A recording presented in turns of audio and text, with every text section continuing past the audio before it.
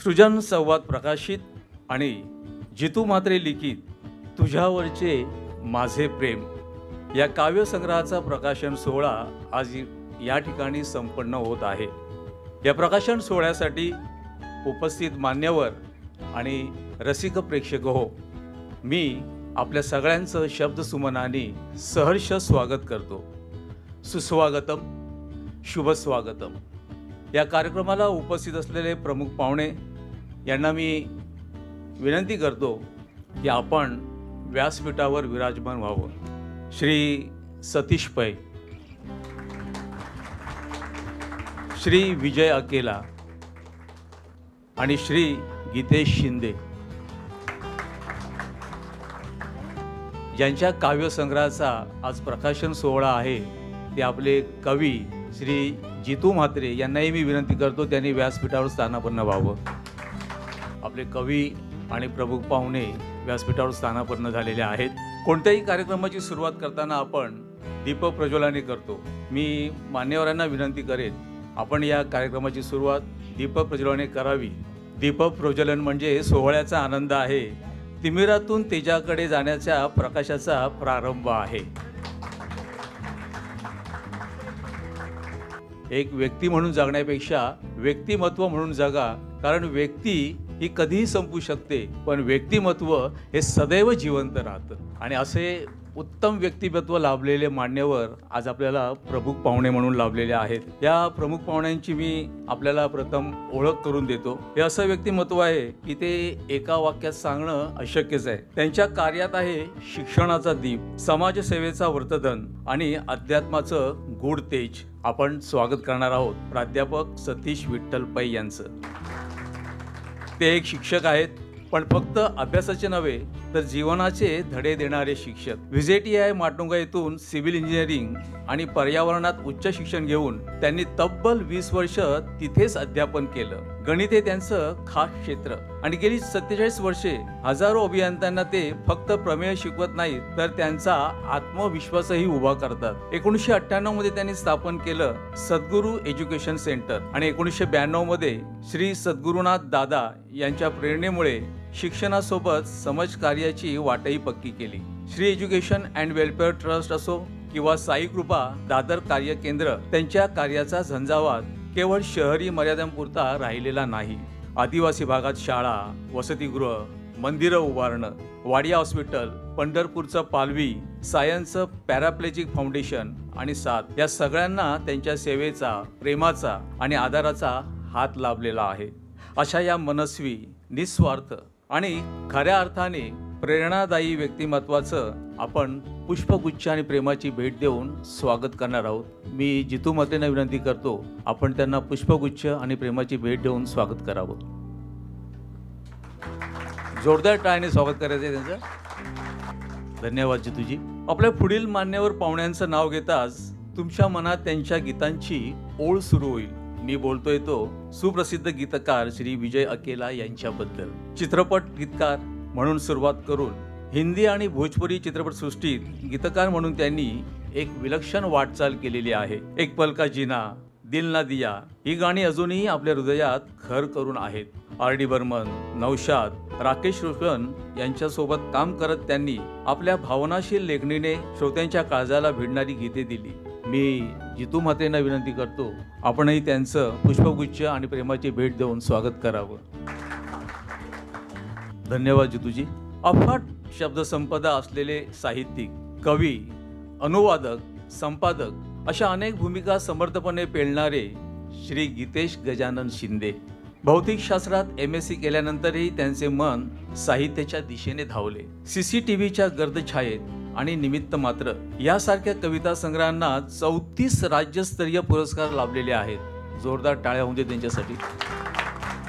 यमन आणि चित्रलिपी या कोकणी साहित्य अकादमी पुरस्कारप्राप्त संग्रहाचे त्यांनी मराठीत अनुवाद केलेला आहे।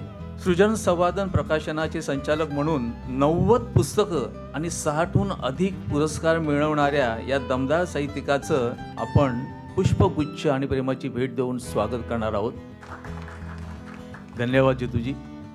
एक सशक्त, संवेदनशील आणि बहुपरिमिती लेखणी लाभलेलं व्यक्तिमत्व मराठी आधुनिक साहित्य विश्वात आपली खास ओळख निर्माण केलेल्या त्या केवळ कवयित्री नाहीत, त्या कविता, संगीत, साहित्य, संस्कृती आणि उद्योजकतेचा सुंदर मिलाप आहेत.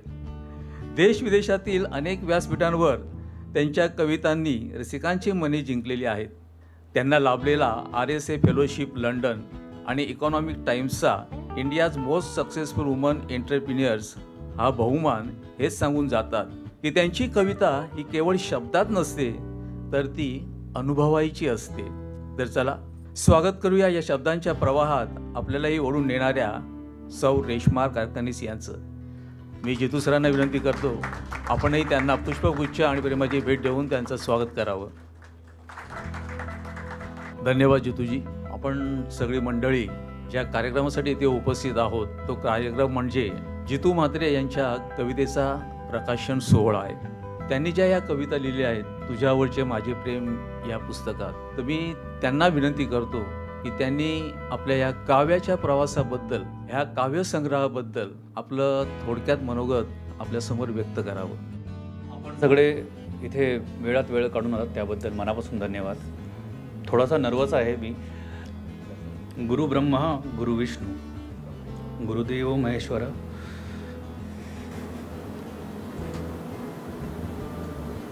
गुरु साक्षात परब्रह्म तस्मै श्री गुरवे नमः.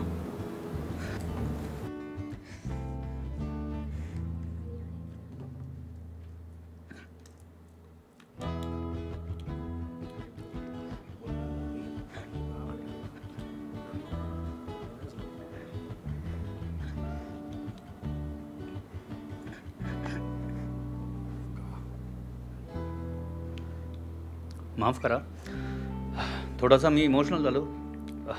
तर बेसिकली माझी 2006 साली संतोष जोशी या व्यक्तीसोबत मैत्री झाली आणि ती मैत्री जी होती ती कविताच्या निमित्ताने झाली आणि तो मला नेहमी कविता लिहिण्यासाठी प्रेरित करायचा. आणि साधारणतः 2019मध्ये कॅन्सरसारख्या रोगामुळे तो आम्हाला सगळ्यांना सोडून गेला. पण सतत त्याची एक ऊर्जा मला जाणवते, त्याची स्पिरिट मला जाणवते माझ्यासोबत, जो मला नेहमी म्हणायचा की तू कविता लिही. तर बालपणातून तारुण्याकडे वाटचाल करताना माझ्याजवळ शब्दांविना असं आपलं कोणीच नव्हतं. शब्दांनी मला घडवलं, मला जोपासलं, एकांतात गोंजारलं, हसवलं, रडवलं, रस्त्यावर चालताना पडल्यावर सावरलं, मला सांभाळलं, माणूस बनवून दूरदृष्टी देऊन जगायला शिकवलं. ते शब्दांनी, ते काव्यांनी. शाळेत इयत्ता 5वीला असताना मॅडमने सांगितलं की हस्तलिखितासाठी तुम्हाला कविता लिहायची आहे. त्यावेळेला मी माझी पहिली तुटकी फुटकी कविता लिहिली. ती कविता साधारणतः अशी होती की आमचा बाळू दिसतो काळू, आमचा माकड खातो पापड. ती कविता मी जेव्हा बाईंना दाखवली तर त्या म्हणाल्या की कविवर्य जितू म्हात्रे, आपण ही कविता संपूर्ण वर्गासमोर वाचून दाखवावी. तर मी ती कविता वाचली तर संपूर्ण वर्ग माझ्यावर पोट धरून हसत होता आणि बाईंनी मला बोलून सांगितलं की कविवर्य जितू म्हात्रे, फक्त यमक जुळून कविता होत नसते, तर खऱ्या कवितेचा तुम्हाला शोध घ्यावा लागेल. आणि त्यानंतर मी खूप प्रामाणिकपणे खरी कविता काय असते, मोठे कवी कसे लिहितात, त्याचा अभ्यास सुरू केला आणि कविता लिखाणाकडे मी प्रवास माझा सुरू केला. तर साधारणतः गेले 20 ते 25 वर्ष सातत्याने मी प्रयत्न करत होतो की एक चांगल्या दर्जाचं पुस्तक आपल्या सर्वांच्या हाती देईन. कॉलेजमध्ये दिवाळी अंक, वृत्तपत्र, मासिक पत्रातून काव्य लिखाण सुरू असताना माझा काव्यसंग्रह महाराष्ट्र राज्य साहित्य संस्कृती मंडळ मुंबई मराठी ग्रंथालय येथे सन 2000ला माझ्या पुस्तकाच्या प्रकाशनार्थ अनुदान मिळवण्यासाठी जमा केला. मला मंडळातून पत्र आले की आपल्या पुस्तकाबाबत विचार चालू आर्थिक वर्षात करण्यात येईल. मजकूर वाचून मला खूप आनंद झाला. मी वर्ल्ड कप वगैरे जिंकलो असं वाटू लागलं.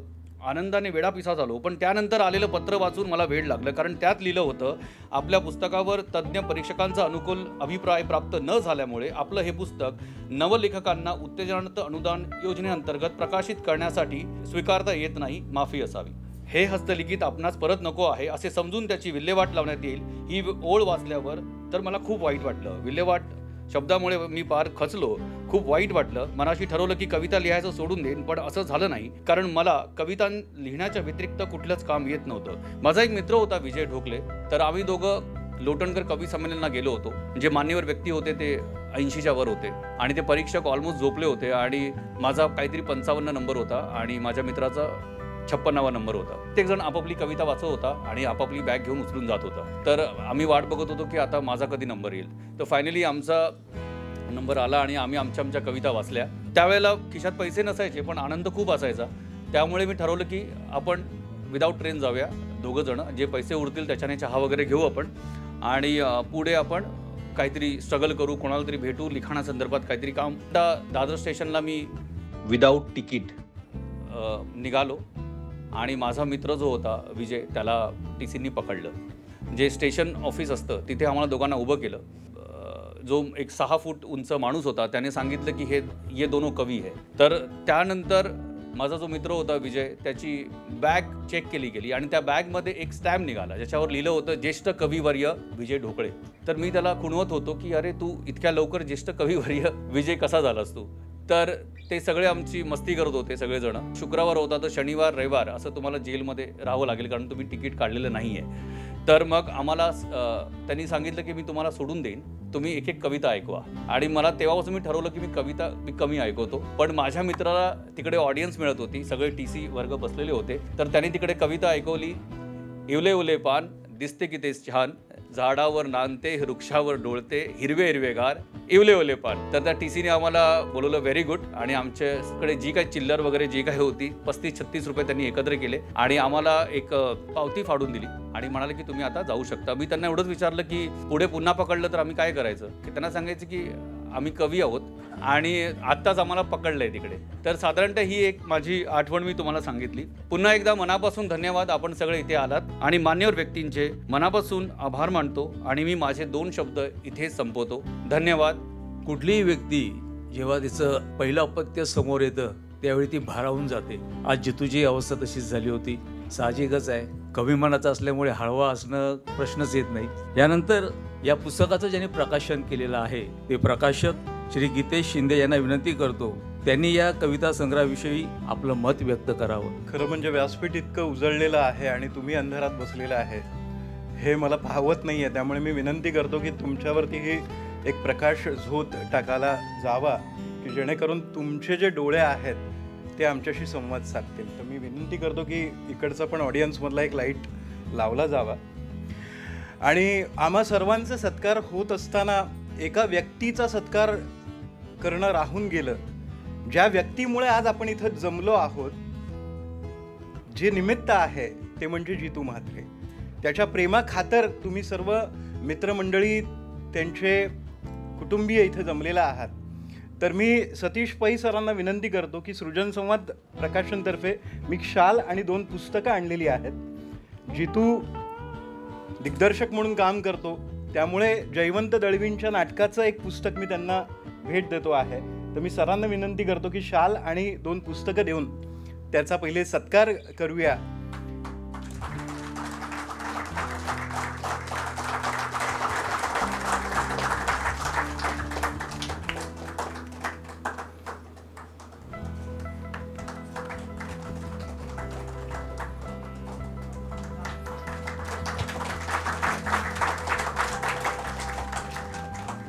आणि आज त्या तिकिटाच्या बळावरती एक सर्वसाधारण मुलगा काय करू शकतो हे उदाहरण जितू म्हात्रेंच्या आयुष्यात आहे.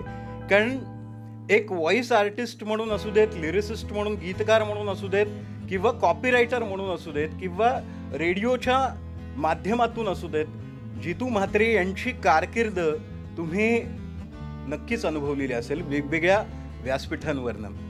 आणि त्याचा प्रत्यय तुम्हाला या कविता संग्रहामध्ये सुद्धा येईल. खरं म्हणजे आदित्य माझा एक मित्र आहे ज्यांनी मला जितू म्हात्रे यांच्याशी भेट घालून दिली. मला वाटतं साधारणतः 7-8 किंवा 10 महिने झाले असतील. जितू सर माझ्या घरी आले होते. त्यांना कविता संग्रह प्रकाशित करायचा होता आणि त्यांना सृजन संवाद प्रकाशनची पुस्तकं पाहायची होती आणि माझ्याशी संवाद साधायचा होता.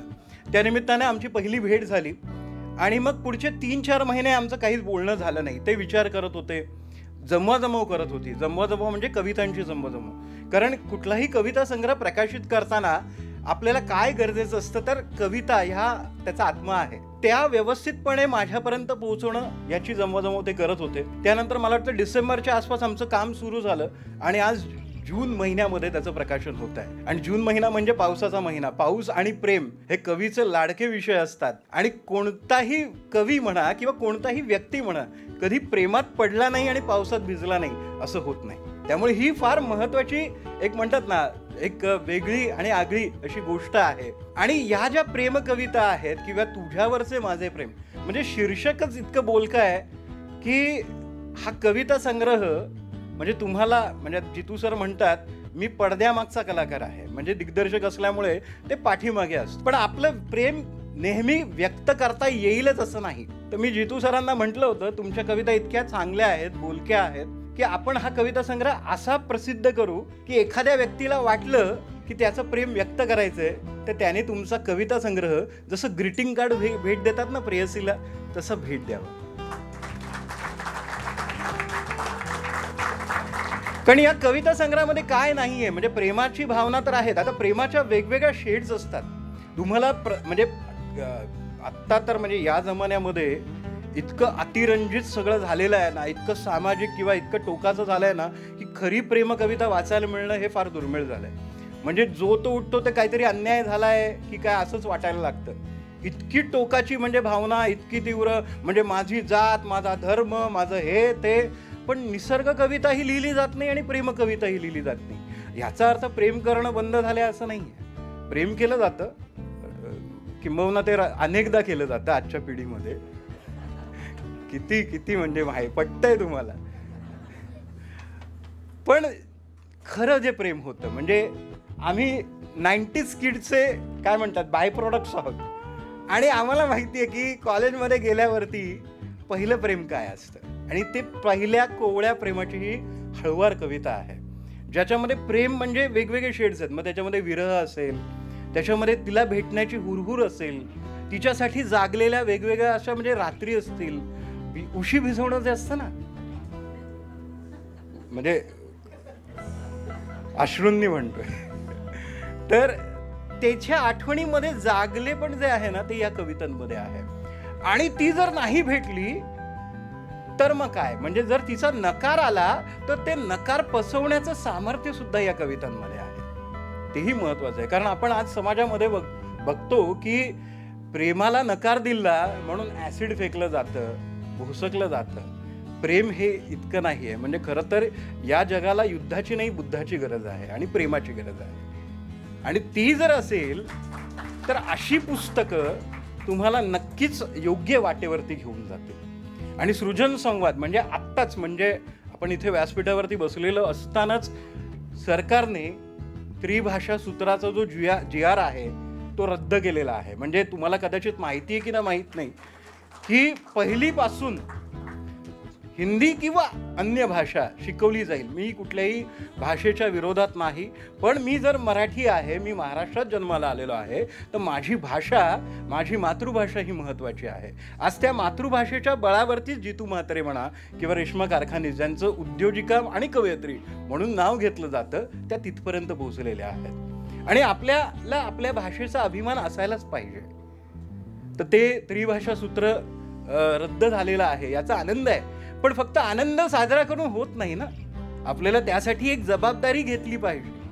म्हणजे आपली मुलं किंवा आपण सुद्धा आपला संवाद मराठीत करतो की नाही. म्हणजे मी मराठी माध्यमात शिकलेलो आहे. मी IIT JEE आणि मेडिकल एंट्रन्स एक्झामच्या मुलांना फिजिक्स शिकवायचो आणि आता प्रकाशक म्हणून तुमच्या समोर येत आहे. गेली 4 वर्ष सृजन संवाद प्रकाशनतर्फे 100च्या आसपास पुस्तकं आम्ही प्रसिद्ध केली. मग त्यात कविता संग्रह असोत, कथा संग्रह असोत, कादंबरी, प्रवास वर्णनं, अशी वेगवेगळ्या साहित्य प्रकारातली पुस्तकं आम्ही इथे प्रकाशित केलेली आहेत. तर आपल्या घरी पुस्तक वाचनाची आवड तुम्ही पहिले अंगी बाळगा आणि पुढच्या पिढीला नक्की द्या. म्हणजे पाडगावकरांची जशी बोलगाणी होती ना, तशा स्वरूपातलं हे संवादी पुस्तक आहे तुझ्यावरचं माझं प्रेम. आणि तुम्हाला प्रेम व्यक्त करायला कुठे अडचण होत असेल ना, तर जितूचा हा जो कविता संग्रह आहे ना, तुमच्या मदतीला नक्कीच धावून येईल, हे मी निश्चितपणे सांगू शकतो प्रकाशक म्हणून. खरं म्हणजे प्रकाशन जेव्हा असतं पुस्तकाचं, तेव्हा सवलत दिली जाते की आज 200 रुपयाचं पुस्तक 100 रुपयाला अमकं डमकं काहीतरी केलं जातं. पण मी त्या सवलतीच्या फार विरोधात आहे. कसं होतं माहिती आहे का, आपल्याकडे ना पुस्तक विकत घ्यायला किंवा नाटक पाहायला, चांगला सिनेमा पाहायला पैसे नसतात, पण साडी घ्यायला किंवा मॉलमध्ये शॉपिंग करायला किंवा खायला प्यायला खूप पैसे असतात. किंवा सोनं खूप महाग झाले हो, पण पाडवा आणि दसऱ्याच्या दिवशी पुन्हा गाडगिळच्या बाहेर आणि वामन हरिपेठेच्या बाहेर रांगा लागलेल्या असतात 1 ग्राम सोनं घ्यायला. पण आपण विचारांचं सोनं कधी लुटणार आहात? आपण भावनांचं सोनं कधी लुटणार आहात? आणि हे लेखक कवी मंडळी काय करत असतात, हे विचारधन तुमच्यापर्यंत पोहोचवत असतात. जे तुम्हाला व्यक्त करायचं आहे ते ह्यांनी व्यक्त करून ठेवलेलं आहे. जेव्हा एखाद्या ओळीला तुमची दाद मिळते ना, तेव्हा तुमच्याही मनात ते तरंग उमटलेले असतात आणि तुम्हालाही वाटतं हेच मला सांगायचं होतं. तेव्हा त्या कवीचा, तेव्हा त्या लेखकाचा तिथं विजय असतो. त्या भावना तुम्ही आज नक्कीच घरी घेऊन जा. मी जसं सांगितलं की तुम्हाला हे पुस्तक सवलतीच्या दरात देण्यापेक्षा मी माझ्या प्रकाशनाची काही अन्य लेखक मंडळी सुद्धा त्यांची पुस्तकं आणलेली आहेत. तर 250 रुपये किमतीचं हे पुस्तक आहे. मी तर म्हणतो तुम्ही आणखीन 250 रुपये त्याच्यामध्ये ॲड करा. मी 500 रुपयात तुम्हाला 3 पुस्तकं देईल.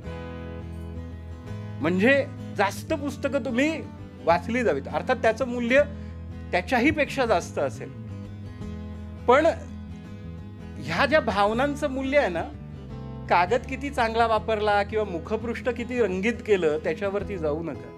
तुमच्या प्रेमाचं किंवा तुमच्या भावनेचं मूल्य हे पैशामध्ये कधीच मोजता येत नाही.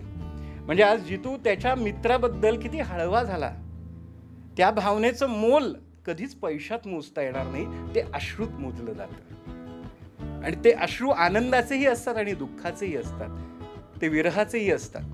या पुस्तकाच्या निर्मितीमध्ये मी जितके कष्ट उपसलेले आहेत, तसंच आमचा कोल्हापूरचा मित्र आहे ज्ञानेश फालके, उभारा मित्र, त्यांनी हे जे मुखपृष्ठ दिसतंय इथे ते त्याने साकारलेलं आहे. आज कोल्हापूरवरनं तो इथे आलेला आहे.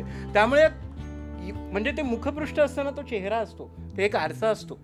त्याचं व्यक्तिमत्व पुस्तकाचं जे आहे ना, ते खुलून आलं, ते ज्ञानेशमुळे आलं. त्याच्यानंतर त्या आतमध्ये जी चित्र आहेत, रेखाचित्र आहेत, ते तेजस्वी तावडे नावाची माझी मैत्रीण आहे, ती आज इथे आली नाही, पण तिने ती साकारलेली आहेत. तर अशी सगळी मंडळी जेव्हा एकत्र येतात तेव्हा जितू सरांच्या कवितेला, त्यांच्या शब्दांना कुठेतरी न्याय मिळतो आणि तुम्ही निश्चितपणे त्या कविता वाचाल. त्याचा जो अभिप्राय आहे तो जितू सरांना कळवाल, त्याच्याबद्दल लिहाल, लोकांना सांगाल. तेव्हाच या तुझ्यावरचं जे माझे प्रेम आहे ना, ते पूर्णत्वास जाईल असं मला वाटतं. तुम्ही इथे आलात त्याबद्दल सृजन संवाद प्रकाशनतर्फे आणि जितू म्हात्रे यांच्यातर्फे सुद्धा मी तुमचं मनपूर्वक स्वागत करतो आणि असंच प्रेम आमच्यावरती सुद्धा राहू देत, यासाठी तुमचे आभार व्यक्त करतो. धन्यवाद.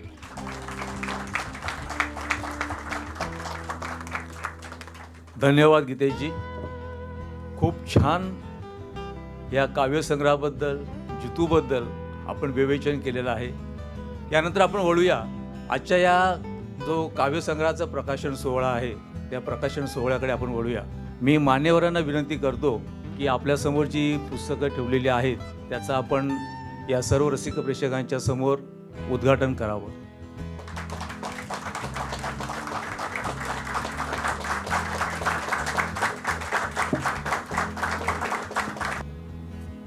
तुझ्यावरचे माझे प्रेम या काव्यसंग्रहाचं आपल्या साक्षीने उद्घाटन झालेलं आहे. धन्यवाद. यानंतर आपण वळूया आजच्या प्रमुख पाहुण्यांकडे. मी सौ रेश्मा कारकानीस यांना विनंती करतो की त्यांनी आपलं मनोगत व्यक्त करावं. तुझ्यावरचे माझे प्रेम या पुस्तकाचं प्रकाशन झालं असं मी जाहीर करते आणि जितू म्हात्रे यांचं खूप खूप अभिनंदन करते. किती सुंदर योग जुळून आलाय बघा या पुस्तकाच्या प्रकाशनाचा. आता हा योग जुळून आलाय की आषाढस्य प्रथम दिवसे म्हणजे आषाढाचा पहिला दिवस हा आपण महाकवी कालिदास दिन म्हणून साजरा करतो. आणि महाकवी आद्यकवी कालिदास यांचं जे खंडकाव्य मेघदूत हे आणि वेगळं काय होतं, तुझ्यावरचं माझं प्रेम तेच होतं ना.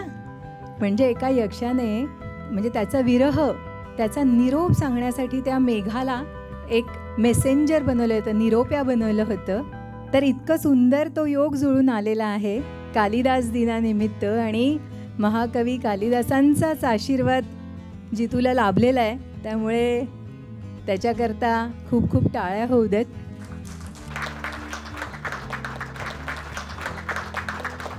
पुस्तक माझ्याकडे काही दिवसांपूर्वी आलं.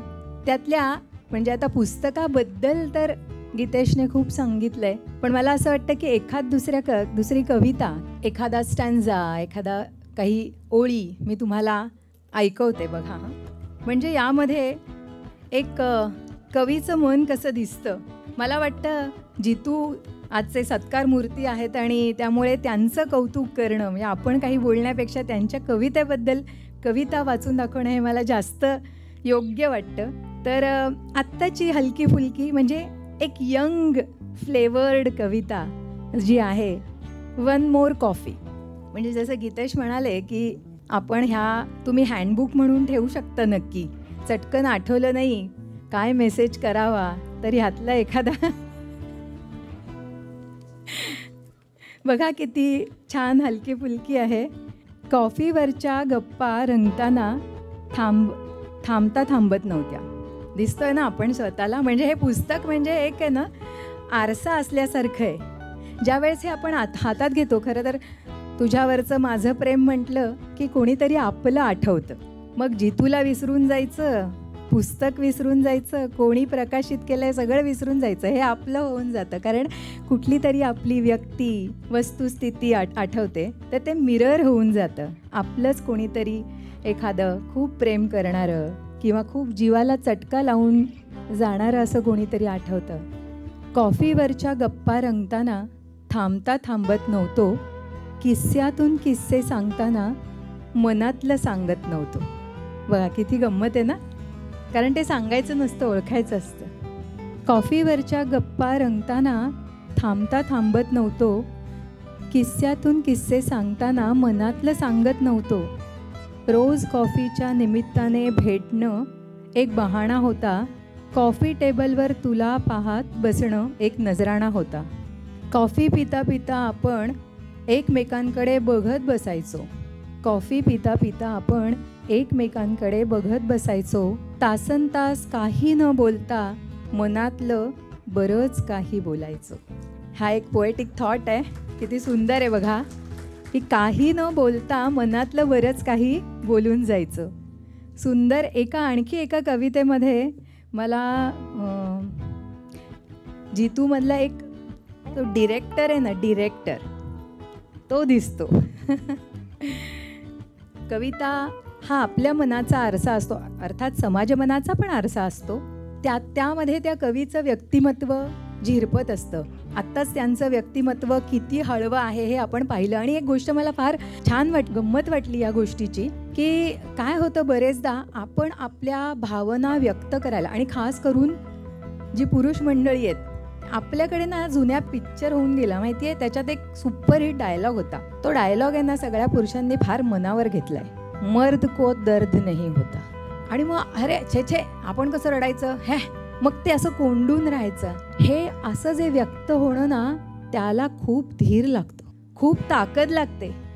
एवढ्या सगळ्यांच्या समोर जे मनात आहे ते येणं. आणि यात अजून एक गोष्ट अशी जाणवली की तुम्ही सगळे इथे बसलेले जितूचे खूप जीवाचे जीवलग असाल नक्कीच, आणि म्हणून त्यांना हे करणं सहज शक्य झालं. मी जसं म्हटलं की प्रत्येक कवितेमध्ये त्या कवीचं जे वेगवेगळी रूपं दिसत असतात, तर यामध्ये मला कुठेतरी मी एकच त्याचं कडवं वाचते. रोमॅन्टिक पावसाचा मोसम आहे छान. खिडकीतून बाहेर पडणारा पाऊस पाहू लागलो. जुन्या आठवणींच्या फ्लॅशबॅकमध्ये वाहू लागलो. दोघांच्या हाती गरमागरम कॉफीचा मग होता. सोबतीला पहिल्या पावसाचा पहिला ढग होता. किती सुंदर कल्पना आहे. दोघांच्या हाती गरमागरम कॉफीचा मग होता. सोबतीला पहिल्या पावसाचा पहिला ढग होता. रेडिओवर पंचमदांच्या गाण्यांची बरसात होती. ऑब्व्हियसली पंचमदान व्यतिरिक्त अजून कोण असू शकतं. आणि जितूनी मध्ये एक मला पंचमदांची कवितासुद्धा पाठवली, खूप सुंदर लिहिली आहे. आणि त्याचं मला वाटतं त्यांनी रेकॉर्डिंग पण केलेलं आहे. तुम्ही जरूर ऐका, यूट्यूबवर आहे ते. रेडिओवर पंचमदांच्या गाण्यांची बरसात होती. छपरावर एक लय सुरात सरीवर सर गात होती. गमतीदार गप्पा गोष्टींची मैफल रंगली होती, जुने किस्से सांगताना कॉफीही संपली होती. थोडी जास्त आणून ठेवायची ना अशा वेळेस. गमतीदार गप्पा गोष्टींची मैफिल रंगली होती, जुने किस्से सांगताना कॉफीही संपली होती. तासनतास पहिल्या भेटीच्या फ्रेममध्ये राहू लागलो. बघा पुन्हा फ्रेम, म्हणजे डिरेक्टर, किती डिरेक्टर डोकावतोय ना. तासनतास पहिल्या भेटीच्या फ्रेममध्ये राहू लागलो, जुन्या आठवणींच्या फ्लॅशबॅकमध्ये वाहू लागलो. एक चारोळी यांनी खूप सुंदर हा कविता संग्रहाचा शेवट त्यांच्या चारोळ्यांनी केलेला आहे. अनेक चारोळ्या ह्याच्यामध्ये आहेत. मनोगतामध्ये एक खूप निखळ साधा माणूस, एक ऑनेस्ट पर्सन, त्यांचं मनोगत वाचताना मला जाणवलं की त्यांनी खरं खरं मनातलं सगळं सांगून टाकलेलं आहे. बरेचदा असं होतं की कवी म्हटलं की नाही ते जर जे छान असेल ते माझा अनुभव आणि बाकी मग नाही परकाया प्रवेश, असं नाही केलं त्यांनी. तर जे लिहिलं आहे त्यांनी त्यांच्या प्रेमाबद्दल, प्रेमभंगाबद्दल बऱ्याच गोष्टी छान लिहिलेल्या आहेत आणि सगळ्यांना ते सांगितलेलं आहे. त्यामुळे त्यांचं जे ऑनेस्टी आहे, त्यांचा सच्चेपणा त्याच्यामध्ये दिसतो. एक मला ह्याच्यामध्ये मुद्दाम एक चारोळी मी वाचते. भरून आलेलं मन कुणासमोर मोकळं करावं, भरून आलेलं मन कुणासमोर मोकळं करावं, खरंच हृदयी भाव जाणणारं आपलं कुणीतरी असावं. आता या चारोळीचा संदर्भ काय तुम्ही म्हणाल तर जितूचं सगळेच जण कौतुक करतायत, पण मला कौतुक वाटतं त्यांच्या अर्धांगिनीचं. काय म्हणाले ते, कुणीतरी असावं, देवाने तुमची इच्छा पूर्ण केली, कोणीतरी असावं. म्हणजे आपल्या नवऱ्याचं स्वप्न आपण जगावं. म्हणजे इतकं सुंदर हे नवऱ्याच्या तुझ्यावरचं माझं प्रेम असं कोणासाठी त्यांनी लिहिलंय माहीत नाही. हां, तरी ते पुस्तक प्रकाशनासाठी, कारण त्यांनी इतकं मी ज्या वेळेस नाही एक मिनटं, मी याबद्दल अगदी आक्षेप घेणारे, कारण त्यांनी खूप सोयीस्कर आणि डिप्लोमॅटिक पद्धतीने इथे लिहिलेलं आहे प्रेयसी. प्रेयसी लिहिलं आहे, कोण माहिती नाही, पत्नी आणि प्रीतम. आता ह्या तिन्ही एकच, असा ॲस्ट्रिक वगैरे खाली काही लिहिलेलं नाही आहे. असं कंसात असं पण किती डिप्लोमॅटिक आहे बघा. पण खरोखर कौतुक आहे की नाही, की मी जेव्हा माझ्याकडे त्यांचं पुस्तक आलं, इतकं सुंदर त्यांनी ते प्रेझेंटेशन मला भयंकर आवडलं. कारण स्वतः आर्टिस्ट, किंवा माझे मिस्टर पण कला दिग्दर्शक आहेत बॉलिवूडचे, खूप सुंदर मूव्हीज केल्यात त्यांनी. ही इज एन आर्टिस्ट, मी स्वतः आर्टिस्ट आहे. त्यामुळे ना आम्हाला प्रेझेंटेशन कसं असतं बघा, ते तर पुस्तक छान आहे, त्याच्या आतमधलं कंटेंट छान आहे, पण ते देतात कसं. तर मी त्यांना कौतुक फोन करून हे सांगितलं, अहो किती सुंदर त्यांनी ते बॅगमध्ये टाकून हे करून दिलेलं. तर ते म्हणाले हे सगळं माझ्या बायकोने केलं, त्यामुळे तिच्यासाठी आधी भरपूर टाळ्या होऊ दे. ये ना इथे, ये. अरे तिचं कौतुक करायला पाहिजे. किती छान. नाही खरंच बोलवा, आणि मी म्हणेन की तिचा सत्कार झाला पाहिजे. अशी बायको सगळ्यांना लाभली पाहिजे. मी म्हणेन जितू, हे बघा, तुझ्यावरचं माझं प्रेम हे झालं, आता माझ्यावरचं तुझं प्रेम, असा एक कविता संग्रह करायला हवा. खूप छान वातावरण झालंय. जितूने मला म्हटलेलं की एखादी तुमची कविता पण ऐकवा, आवडेल का ऐकायला. शेवटी थोडासा लाईटर मूड झालाय. मी अशी काहीतरी पावसाची प्रेम कविता वगैरे अशी आणलेली खरं तर, पण नको, असे हलका फुलका मूड आहे आणि एकदम ज्वलंत विषयावर आपण बोलतोय. बायको. कुणीतरी फेसबुकवर पोस्ट केलं परवा, सर्व गुणसंपन्न बायको म्हणे असते केवळ अफवा. कुणीतरी फेसबुकवर पोस्ट केलं परवा, सर्व गुणसंपन्न बायको म्हणे असते केवळ अफवा. एकतर फक्त सुंदर असेल, नाहीतर फक्त हुशार, चुकून माकून दोन्ही असली तर मग भांडखोर असेल फार. देखणी, हुशार, शांतिप्रिय असली जर कदाचित, स्वयंपाकाची बोंब बसणार 100% निश्चित. काहीच नाही तर उधळपट्टी, काहीच नाही तर उधळपट्टी, किंवा असेल मुलखाची हट्टी, सासूबाईंची वारंवार घेत राहील कट्टी. यावर बहुतेक नवरोजींचे लाईक्स आणि वाहवा, यावर बहुतेक नवरोजींचे लाईक्स आणि वाहवा. हो, खरंच सर्व गुणसंपन्न बायको असते केवळ अफवा. भले शाबाश पुरुष प्रधान, आपल्याला गुणांचं फारच ज्ञान, वेळ काढून आरशात जरा निरखावं स्वतःचं ध्यान. बायको हवी सुंदर, बायको हवी सुंदर. बरं, सौंदर्याची व्याख्या काय? कटरीना, प्रियांका, दीपिका, किमान दिसावी ऐश्वर्या राय. समजवाल का थोडं आपल्या अपेक्षांचं सूत्र? समजवाल का थोडं आपल्या अपेक्षांचं सूत्र? अहो, ऐश्वर्या मिळायला आपण कोणते बच्चन पुत्र? बुद्धिमत्ते बाबतीत अवघ्या स्त्री जातीला गृहीत धरता, बुद्धिमत्ते बाबतीत अवघ्या स्त्री जातीला गृहीत धरता, आणि स्वतःची अक्कल वाढावी म्हणून सरस्वतीचीच पूजा करता. कबूल आहे चिडते भांडते, थोडं भान नाही उरत. कबूल आहे चिडते भांडते, थोडं भान नाही उरत. म्हणून काही टेन्शनचं निमित्त सांगून ती मद्यपान नाही करत. उधळपट्टी करते, उधळपट्टी करते, पण घरासाठीच.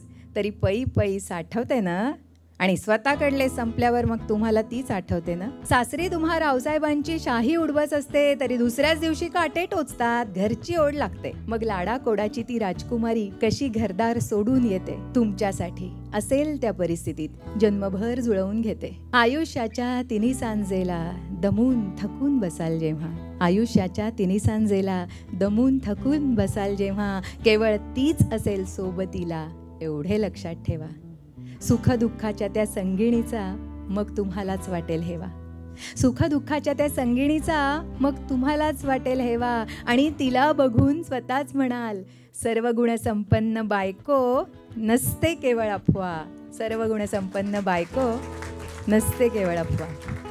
छान तुम्ही ऐकून घेतलंत, आणि मी जरूर सांगेन की प्रत्येकाने हे पुस्तक, हा काव्यसंग्रह आपल्याकडे ठेवावा, वाचावा. या पुस्तकाला प्रस्तावना नाही, हा एक खूप सुंदर योग आहे. कारण मी असं म्हणेन की प्रत्येकाने हे पुस्तक घ्या आणि स्वतः प्रस्तावना लिहून त्या पुस्तकाबद्दल अभिनंदन जितूला पाठवा. पुन्हा एकदा जितू, तुम्हाला शुभेच्छा, आणि माझ्यावरचं तुझं प्रेम या कविता संग्रहासाठी प्रेरणा तिच्याचकडून घ्या. खूप खूप धन्यवाद. धन्यवाद रेश्माताई. आपण खूप हलकं फुलकं असं वातावरण केलं, चांगलं संवाद साधत एक मार्गदर्शन केलं. केवळ नुसता हसवण्याचा कार्यक्रम नाही झाला, तर त्यांच्या बोलण्यातून, त्यांच्या कवितेमधून त्यांनी बरंच काही आपल्याला दिलेलं आहे. मी पुन्हा एकदा त्यांचे आभार मानतो. यानंतर श्री सतीश पै यांना विनंती करतो, त्यांनी या काव्यसंग्रहाविषयी आपलं मनोगत व्यक्त करावं. गुरुर्ब्रह्मा गुरुर्विष्णू गुरुर्देवो महेश्वरा, गुरु साक्षात परब्रह्म तस्मै श्री गुरवे नमः. उपस्थित मान्यवर आणि गुरुबंधू भगिनींनो, माझा परिचय मगाशी करून देत असताना 47 वर्ष मी गणित शिकवत होतो असा करून दिला गेला होता. बरोबर आहे. त्यामुळे आता मी 70च आहे. त्याच्यामध्ये 47 वर्ष गणिताबरोबर घालवल्यानंतर 0 ते 9 हे अंक, बेरीज वजाबाकी ही चिन्ह, कधीतरी गुणाकार भागाकार, कोणांच्या विविध आकृत्या, त्रिकोण चौकोन षटकोन यांच्याबरोबरच माझं जीवन गेलं. त्यामुळे हे कवी काय म्हणतात याचा कधी म्हणजे वाचन करायचा किंवा तशा प्रकारचा विचार करायचा कधी मला म्हणजे वेळच मिळाला नाही. जितू माझ्याकडे आला एक मला वाटते 2-3 दिवसापूर्वी, मला त्यांनी पुस्तक दिलं. काही वर्षापूर्वी त्याच्या एका पुस्तकाचं प्रकाशन सद्गुरू ट्रस्टतर्फे झालं होतं. त्याचं स्मरण त्यांनी ठेवलं आणि त्यांनी मला ते पुस्तक दिलं आणि पुस्तकाचं नाव मी वाचल्यानंतर तुझ्यावरचे माझे प्रेम, चांगलं वाटलं मला. पण त्याच्या खाली मी जितूचं नाव अपेक्षित करत होतो, पण तिथे लिहिलं होतं अलिप्त मित्र, म्हणजे हे लफडं आहे. कळलं की नाही? म्हणजे रेश्माताईंनी आता सगळं व्यवस्थित मांडलेलं आहे. पण मी पण ठरवलं होतं की बोलायचं की अलिप्त मित्र कशासाठी, म्हणजे सगळ्या गोष्टी करून आता अलिप्त, असं आहे त्याचा अर्थ. पुस्तक तयारला जेव्हा मी सुरुवात केली की खरोखरच जीवनामध्ये किंवा प्रेमाच्या एवढ्या विविध प्रकार किंवा विविध छटा असतात म्हणजे आणि त्याच्यामध्ये मनोगतामध्ये जिथून म्हटलेलं आहे की प्रेम म्हणजे केवळ शारीरिकच प्रेम असताच नाही किंबहुना शारीरिक प्रेमाला तो प्रेम म्हणतच नाही. 2-3 त्याच्या कविता ज्या आहेत त्याच्यामध्ये एकाचं नाव होतं आत्म्याचं प्रेम म्हणजे मनाचं, एकाचं होतं अबोल प्रेम म्हणजे वाचेने पण बोलायचं नाही, अबोल प्रेम. आणि आम्हाला तर नेहमी सांगण्यात येतं की आमच्या गुरूंनी आम्हाला सांगितलं की नेहमी जे काय करायचं ते कायावाच्या मनाने करायचं, की नाही तर कायाचा उपयोगच नाही ते. आणि अजून एक त्याची जी कविता होती त्याच्याविषयी मला बोलायचं आहे ती म्हणजे काय, एकतर्फी प्रेम. आता एकतर्फी प्रेम कसं होतं त्याची कल्पनाच नाही. आणि ती जी कविता आहे त्या कवितेबद्दल सुंदर कविता आहे, जशी रेश्माताईंनी काही कविता वाचून दाखवल्या तर ही एक कविता मला खूप आवडली, पण त्याचा शेवट जरा वेगळा असायला पाहिजे होता असं मला वाटतं. तुझ्या मिठ बंद ओठांचे 2 शब्द ऐकण्यासाठी तरसलो, तुझ्या भावपूर्ण डोळ्यात माझं चित्र बघण्यासाठी तडफडलो, जलधारांच्या थेंबा थेंबातून अश्रू जलवर्षावात बरसलो, दुःखात स्वतःचं सांत्वन करून इतरांसमोर मी हसलो, तुझ्या काळजाच्या कप्प्यात काश कदाचित कुठेतरी मी असेन, वाळूत लिहिलेली अक्षरे वाहून जातील या जगात मी त्यावेळेला नसेन. आता हे सगळं जे आहे पुढची ही जी कडवी होती ही सगळी अव्यक्त प्रेमाची होती. आता त्याच्यानंतर त्याच्यामधला अव्यक्तातून तो व्यक्तामध्ये गेला शेवटच्या कडव्यामध्ये. मला आनंद झाला. माझ्या शांत स्वभावाची घेऊ नको ग परीक्षा, जन्मभर सुखाने भोगेन तुझ्या एकतर्फी प्रेमाची शिक्षा. मला वाटतं याच्यामध्ये थोडासा बदल असायला पाहिजे होता. जन्मभर पस्तावशील कारण उभ्या आहेत रांगेत प्रतीक्षा आणि दीक्षा.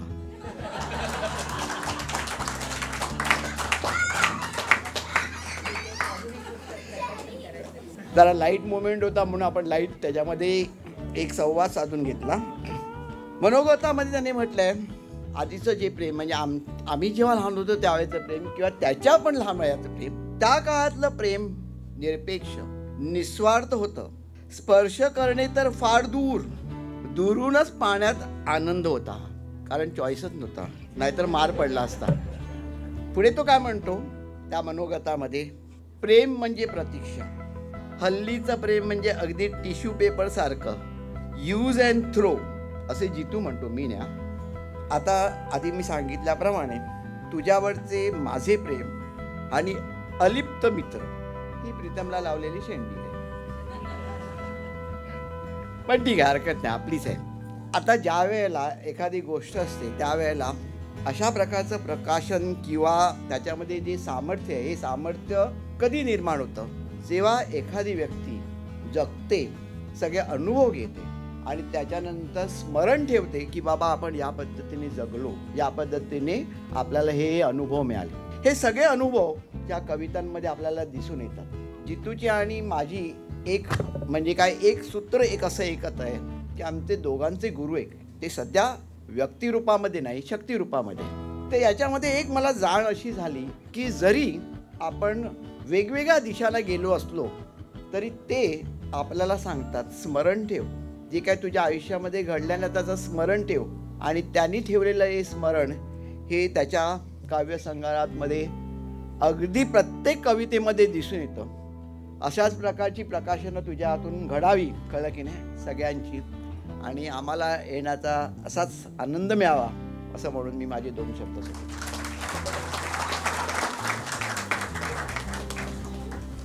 धन्यवाद सतीशजी. आपणही काही क्षण वातावरण खूप हलकं फुलकं केलं.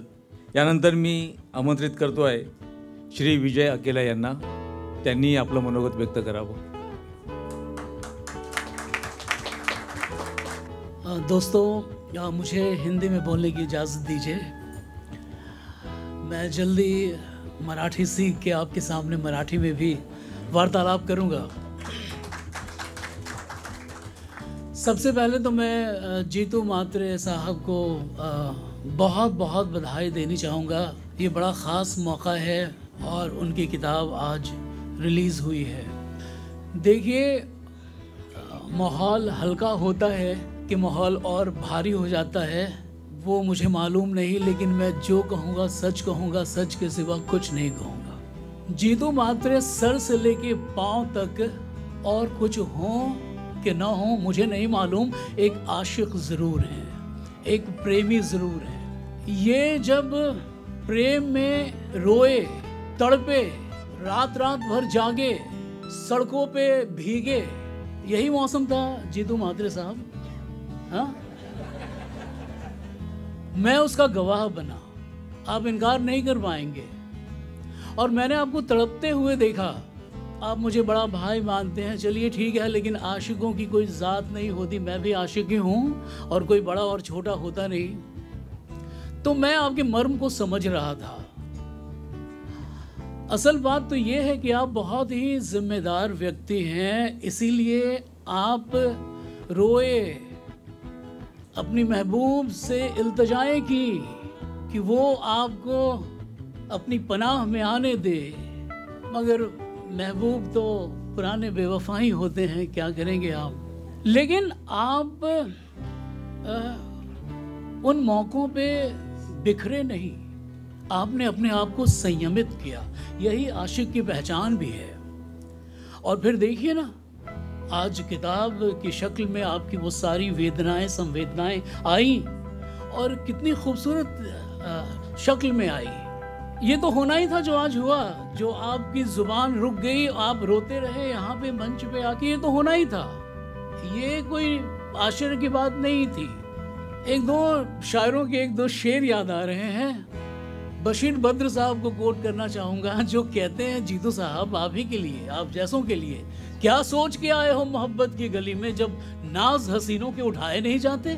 तो मैं फिर से एक बार बधाई देता हूँ आपको और ये कहना चाहूँगा कि आज जबकि कागज़ और कलम से लोगों का रिश्ता नाता टूटता जा रहा है, बस किसी तरह से आप कुछ पैसे कमा लें और आपका सोसाइटी में उस तरह का एक स्टेटस हो जाए, बस आपको ऐसा लगता है कि आप सफल हो गए। और कविताओं में रखा क्या है, बातचीत से होता क्या है। लेकिन नहीं, फिर जब आप बहुत पैसे कमा लेते हैं, आप बहुत बड़े मकाम पे आ जाते हैं, तो फिर एक गीत बजता है, क्या है वो, गुलजार साहब का, कि जब भी ख्यालों में तू आए मेरे बदन से खुशबू आए। तो फिर समझ में आता है कि नहीं भाई, ये शायरी कुछ अलग ही चीज़ है, कविता कुछ और चीज़ है। देखिए जीतू साहब, आपके लिए भीखू मात्रे बनना बहुत आसान था, लेकिन आप जीतू मात्रे ही बने, ठीक है।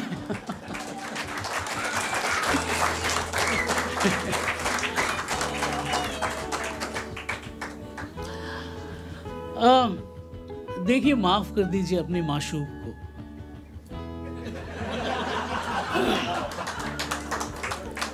मेरा एक शेर है, मैं बेवफा तुझको कहूँ तो बेवफा कहलाऊंगा। बेवफा, शुक्रिया। बेवफा तुझको कहूँ तो बेवफा कहलाऊंगा, हमने क्या शेरो सुखन में कम तुझे रुसवा किया। शुक्रिया। बेवफा तुझको कहूँ तो बेवफा कहलाऊंगा, हमने क्या शेरो सुखन में कम तुझे रुसवा किया।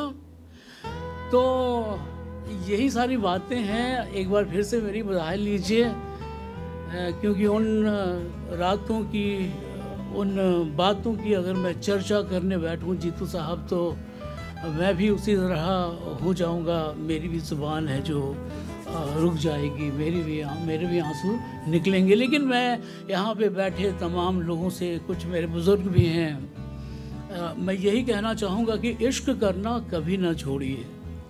इश्क आपको वो दुनिया दिखाती है जो वो दुनिया मिलना मुश्किल है, बहुत असंभव सी बात है। किसी ने आपको प्यार के ज़रिए उस मकाम पे पहुंचा दिया है, तो आप उनका शुक्रिया अदा कीजिए और खूब इश्क कीजिए, फिर से इश्क कीजिए, अब की सफल होंगे। बहुत शुक्रिया।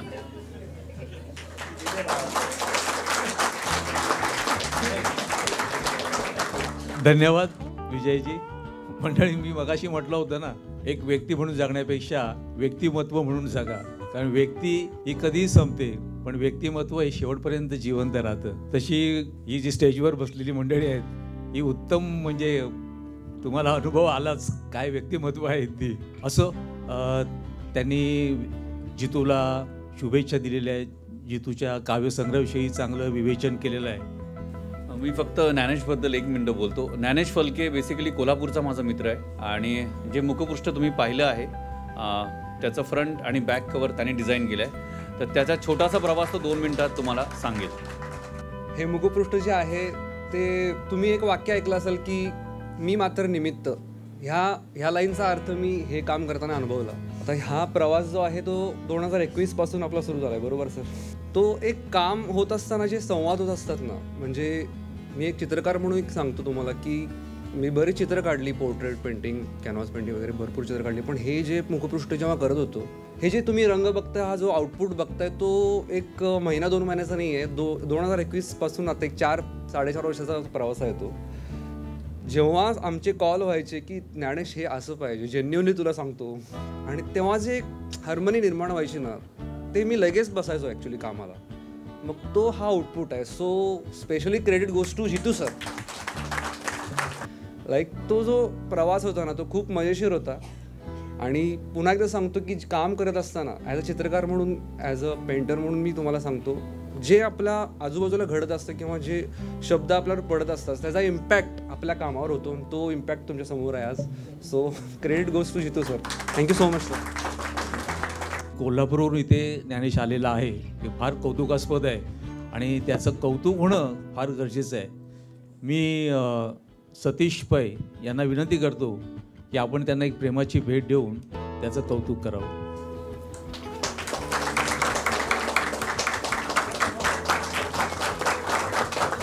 मित्रांनो, आता आपण त्या खास लोकांचा उल्लेख करणार आहोत ज्यांच्याशिवाय हे पुस्तक घडणं आणि हा सुंदर सोहळा सजणं शक्यच नव्हतं. जितू म्हात्रे गेली 20 वर्ष इंडस्ट्रीमध्ये आहेत आणि ते नेहमी म्हणतात, चांगली माणसं भेटणं ही आयुष्यातील मोठी कमाई. आणि आदित्य संभूस ही कमाई त्याला या प्रवासात मिळाली. लेखक, दिग्दर्शक, पार्श्वगायक, अभिनेता एकाच व्यक्तीत इतकी विविध असणं म्हणजे थक्क होण्यासारखं. नाटकितारे नावाचं स्वतःचं सांस्कृतिक केंद्र चालवत असतानाही ते ठाण्यातल्या प्रसिद्ध कोपिनेश्वर मंदिराचं संपूर्ण व्यवस्थापन हाताळतात. आदित्य संभूस यांना विनंती करतो त्यांनी व्यासपीठावर यावं. मी विजय अकेला सरांना विनंती करतो त्यांनी त्यांना प्रेमाची भेट देऊन त्यांचं कौतुक करावं. धन्यवाद सर.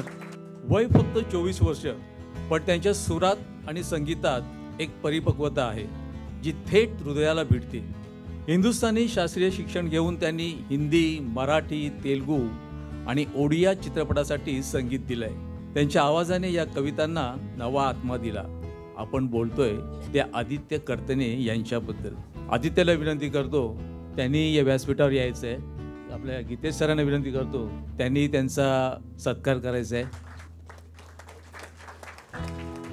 आणि शेवटी आपण अगदी खास गिटारिस्ट, संगीतकार, नवनवीन वाद्य बनवणारा संशोधक, एक असा कलाकार जो फक्त गात नाही तर प्रत्येक सुरातून गोष्ट सांगतो. अरविंदमला विनंती करतो त्यांनी व्यासपीठावर यायचं आहे. सो रेश्माताईंना विनंती करतो त्यांना भेट देऊन स्वागत करायचं आहे. आणि आता तो क्षण आला आहे ज्याची आपण सगळे आतुरतेने वाट पाहत आहोत. हे खास सादरीकरण करत आहेत आपल्या लाडका आदित्य आणि अरविंदम सिन्हा. एक जादुई सूर आणि सगळं आगळी वेगळी गिटार धून या दोघांच्या कलासक्त मनाने मिळून साकारलेलं या पुस्तकाचं थीम सॉन्ग. या गाण्यात आहे प्रेम, आठवण, ओढ, शब्द आणि नजरेआड गेलेलं पण मनात सतत राहतं तुझ्यावरचं माझं प्रेम. तर डोळे मिटा, मन उघडा आणि स्वतःला या गाण्याच्या प्रवाहात अलगद सोडून द्या. आणि आदित्य बेसिकली क्लासिकल घराणं त्यातलं संगीत घेऊन आलाय. गझल सिंगर आहे आणि खूप उत्तम गझल गातो. माझी बरीच गाणी आदित्याने कंपोज केलेली आहेत आणि त्यातलं हे माझं पहिलं गीत आहे ह्या पुस्तकाचं. ते गीत त्याने कंपोज केलं आहे, ते आपल्यासमोर सादर करेल. प्रेमाचं बेफाम वादळ कोणाला कुठे नेईल याचा नेम नाही. सगळं संपलंय तरी काहीतरी उरलंय. काही अशीच अवस्था झाली आहे माझी. काळजात सुईसारखी टोचट असलेली ती वेदना, त्या असह्य यातना सहन होण्यापलीकडे प्रेमात आतून चिरत गेलेला, खचलेला तुटलेला तो मी. काळजातली ती जखम अजून ओली असल्यामुळे अस्थिर जीवनाचा आरसा काही केल्या स्थिर होईना. अशांत मनात असंख्य विचार असलेला तो मी.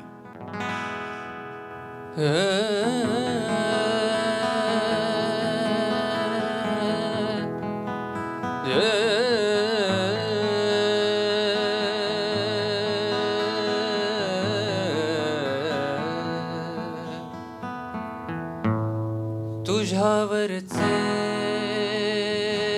माझे प्रेम, माझ्यावरचे तुझे हे प्रेम,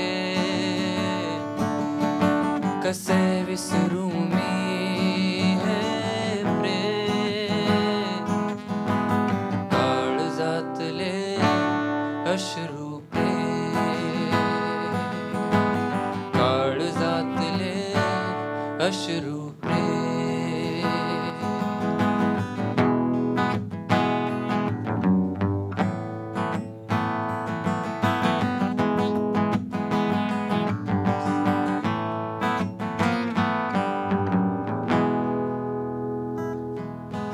जगणे हे अधुरे फिके बेरंगी वाटे,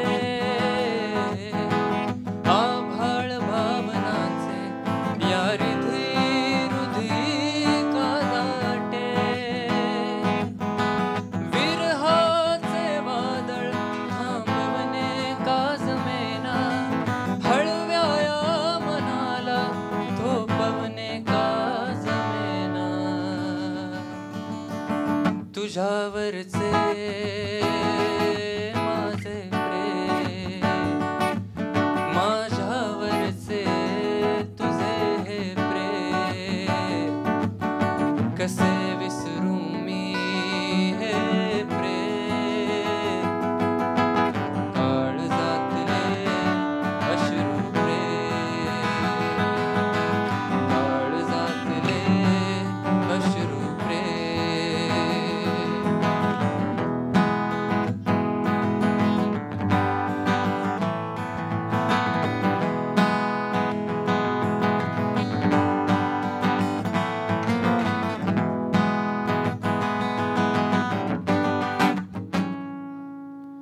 तुला दूर जाताना पाहतो आहे रे प्रेमा, आसवांच्या धारेने वाहतो आहे रे प्रेमा. तुझ्या विचारांच्या अधीन आहे रे प्रेमा, जगणे माझे तुझ्या स्वाधीन आहे रे प्रेमा. तुझ्यावरचे माझे प्रेम, माझ्यावरचे तुझे हे प्रेम, कसे विसरू मी हे प्रेम. काळजातले अश्रू प्रेम, काळजातले अश्रू प्रेम, काळजातले अश्रू प्रेम.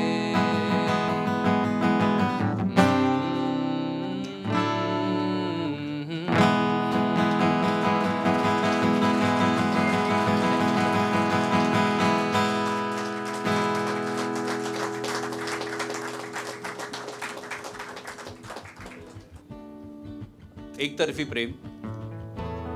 तुझ्या बंद मिट्ट ओठांचे दोन शब्द ऐकण्यासाठी तरसलो, तुझ्या बंद मिट्ट ओठांचे दोन शब्द ऐकण्यासाठी तरसलो. तुझ्या भावपूर्ण डोळ्यात माझं चित्र बघण्यासाठी मी तडफलो. जलधारांच्या थेंबा थेंबातून अश्रू जलवर्षावात बरसलो. दुःखात दुःखात स्वतःचं सांत्वन करून इतरांसमोर मी हसलो. तुझ्या काळजाच्या कप्प्यात काश कदाचित कुठेतरी मी असेन, तुझ्या काळजाच्या कप्प्यात काश कदाचित कुठेतरी मी असेन. वाळूत लिहिलेली अक्षरे वाहून जातील या जगात मी नसेन. माझ्या शांत स्वभावाची घेऊ नको ग परीक्षा, माझ्या शांत स्वभावाची घेऊ नको ग परीक्षा, जन्मभर सुखाने भोगेन तुझ्या एकतर्फी प्रेमाची शिक्षा, तुझ्या एकतर्फी प्रेमाची शिक्षा.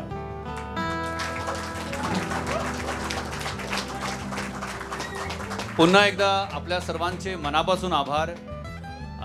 माझ्या शाळेतला संपूर्ण ग्रुप इथे आलेला आहे, त्यांच्यासाठी प्लीज टाळ्या वाजवा. सर्व मान्यवर व्यक्तींचे पुन्हा एकदा मनापासून आभार. माझी आईसुद्धा आलेली आहे आणि माझा भाऊसुद्धा आलेला आहे. यांनी मला भरपूर सपोर्ट केलं आणि माझ्या बऱ्याच कविता माझ्या आईने अजूनही जपून ठेवलेल्या आहेत.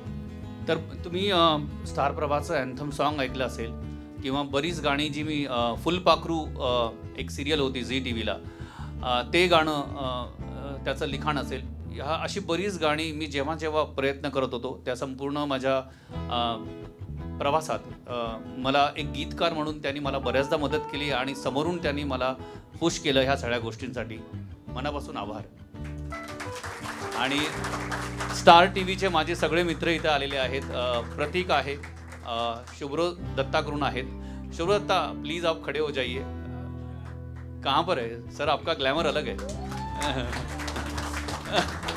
आणि माझी वाईफ जी आहे प्रीतम, तिच्याकडची संपूर्ण मंडळी इथे आलेली आहेत. मला प्रत्येकाची नावं घेणं आता शक्य नाही, पण प्रत्येक वेळेला तुम्ही सगळेजण भरभरून प्रतिसाद देता, मनापासून प्रेम करता. धन्यवाद.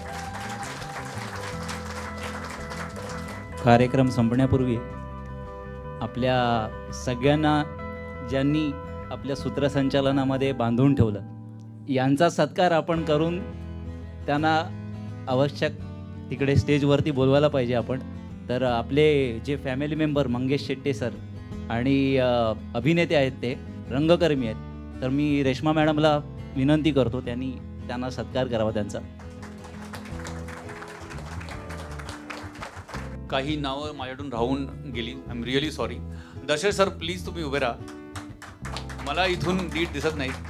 दर्शक सर बेसिकली विद्या क्लासेस करून होते जिथे मी 11वी आणि 12वी शिकलो. म्हणजे काही माणसं योगायोगाने मिळतात. मला खरंच प्रामाणिकपणे मी एव्हरेस्ट स्टुडंट होतो, अभ्यासात तितका चांगला नव्हतो, पण मला दशरथ सर नेहमी 11वी 12वीला असताना त्यांनी म्हणजे लिटरली त्यांनी माझ्या सगळ्या कविता घेऊन त्याचं एक छान पेंटिंग म्हणा, प्रत्येक एक पेंटिंग आणि एक कविता असं त्यांनी प्रेम अभिलाषी नावाने एक प्रपोज बॅच असं त्या बॅचचं नाव ठेवलं होतं. आणि त्यांनी मला खूप मोटिवेट केलं. म्हणजे ते पहिले व्यक्ती असतील माझ्या आयुष्यात जेव्हा कोणीच नव्हतं तेव्हा ते होते. थँक्यू दसर सर, तुम्ही आल्याबद्दल मनापासून आभार. या कार्यक्रमाची जबाबदारी सूत्रसंचालन मी केलं. शेवटी आभार प्रदर्शनाचा कार्यक्रम हा असतो शिल्लक, तो दुसऱ्या कोणीतरी करायचा असतो, पण तो करायच्या अगोदरच जितू सरांनी भागवून घेतलेलं आहे सगळं. तरी सुद्धा एक माझी जबाबदारी म्हणून मी ती पार पाडायचा प्रयत्न करतोय. ऋणानुबंधाच्या अशाच आपुल्या टिकून राहाव्या गाठी, ऋणानुबंधाच्या अशाच आपुल्या टिकून राहाव्या गाठी, निरोप घेऊ काही क्षणात पुन्हा भेटण्यासाठी. ओढ असावी हृदयामध्ये, स्नेह असावा ओठी, समोर तुमच्या उभा आहे मंगेश शेटे आभार प्रदर्शनासाठी. आयोजन आहे, नियोजन आहे, कष्ट आहेत, प्रयत्न आहेत. सोहळ्याच्या या यशासाठी कितीतरी यत्न आहेत. आपल्या या परिश्रमाचे मोल आम्ही जाणतो, आपल्या या परिश्रमाचे मोल आम्ही जाणतो. लहानांपासून मोठ्यांपर्यंत सर्वांचेच आभार मानतो, सर्वांचेच आभार मानतो. धन्यवाद. मला ह्या टीमबद्दल खरंच आवर्जून बोलायला आवडेल, कारण तो अख्खा संपूर्ण स्लम एरिया आहे आणि फार विचित्र एरिया आहे आणि केमिकल फॅक्टरीज आहेत आणि त्या संपूर्ण त्या चिखलामध्ये आणि त्या संपूर्ण कचरा कुंडी, संपूर्ण वाईट अवस्था आहे. तशा ठिकाणी जाऊन ही संपूर्ण टीम 250-300 मुलांना सांताक्रूजवरनं ट्रॅव्हल करून दर रविवारी जाते आणि गेले 12 वर्ष सातत्याने त्यांना इंग्लिश स्पीकिंग असेल, त्यांचं स्किल डेव्हलपमेंट असेल, अशा सगळ्या पद्धतीचं काम ही टीम करते आहे. स्नेहा मॅम, अब्दुल, अनिल, जीतू आणि मला सॉरी आपके नाम पता नाही आहे, ही संपूर्ण टीम आहे. आणि दीपक करून एक माझा मित्र आहे. मी साधारणतः दरवर्षी प्रयत्न करतो की अशी एखादी संस्था ज्याची डॉक्युमेंटरी आपण बनवून त्यांना गिफ्ट करावी. तर अश्वमेध फाउंडेशन ती संस्था आहे. Thank you so much.